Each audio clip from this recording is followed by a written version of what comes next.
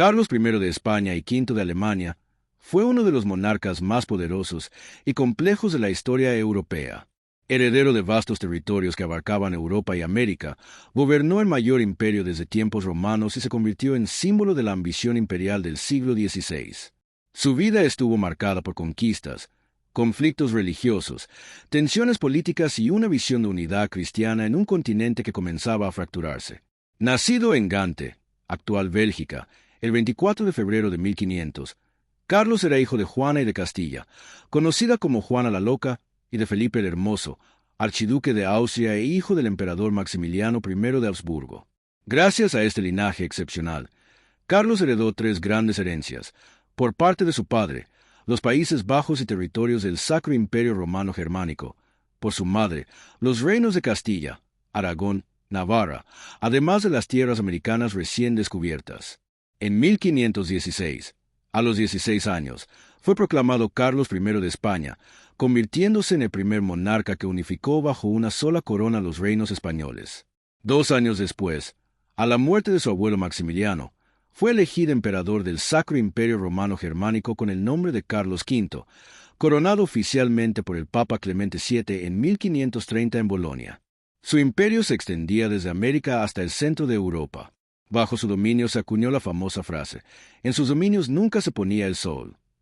Gobernar un territorio tan extenso no fue tarea fácil. Desde el principio de su reinado en España, Carlos enfrentó resistencias. Desconocido para muchos y rodeado de consejeros flamencos, provocó recelos en Castilla y Aragón. En 1520 estalló la revuelta de las comunidades, liderada por las ciudades castellanas que exigían mayor participación en el gobierno y la defensa de los intereses nacionales. Aunque fue sofocada al año siguiente, marcó un precedente de resistencia al poder central.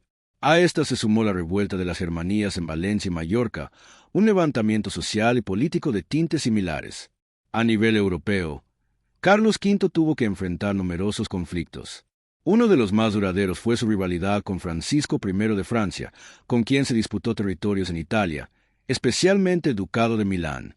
Estas guerras italianas, que se prolongaron durante décadas, implicaron alianzas cambiantes, grandes batallas y enormes gastos militares.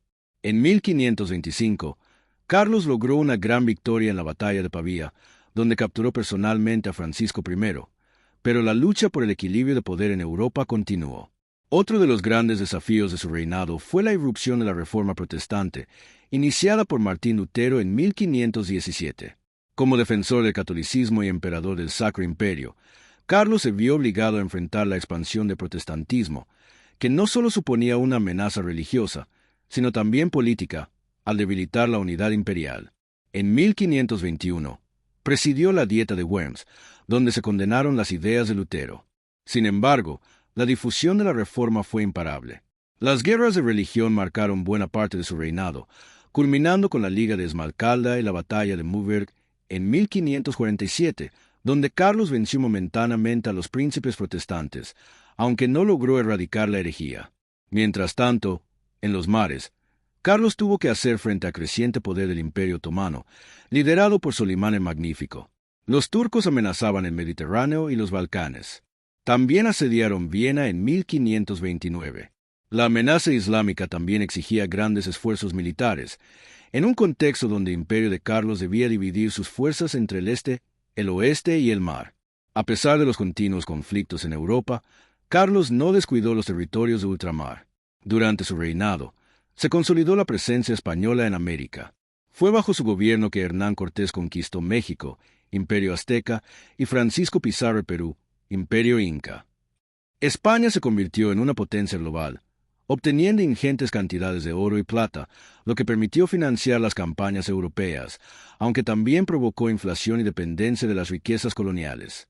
Agotado por tantos años de guerra, conflictos religiosos y responsabilidades imperiales, Carlos V tomó una decisión inusual para un monarca de su época: abdicar voluntariamente.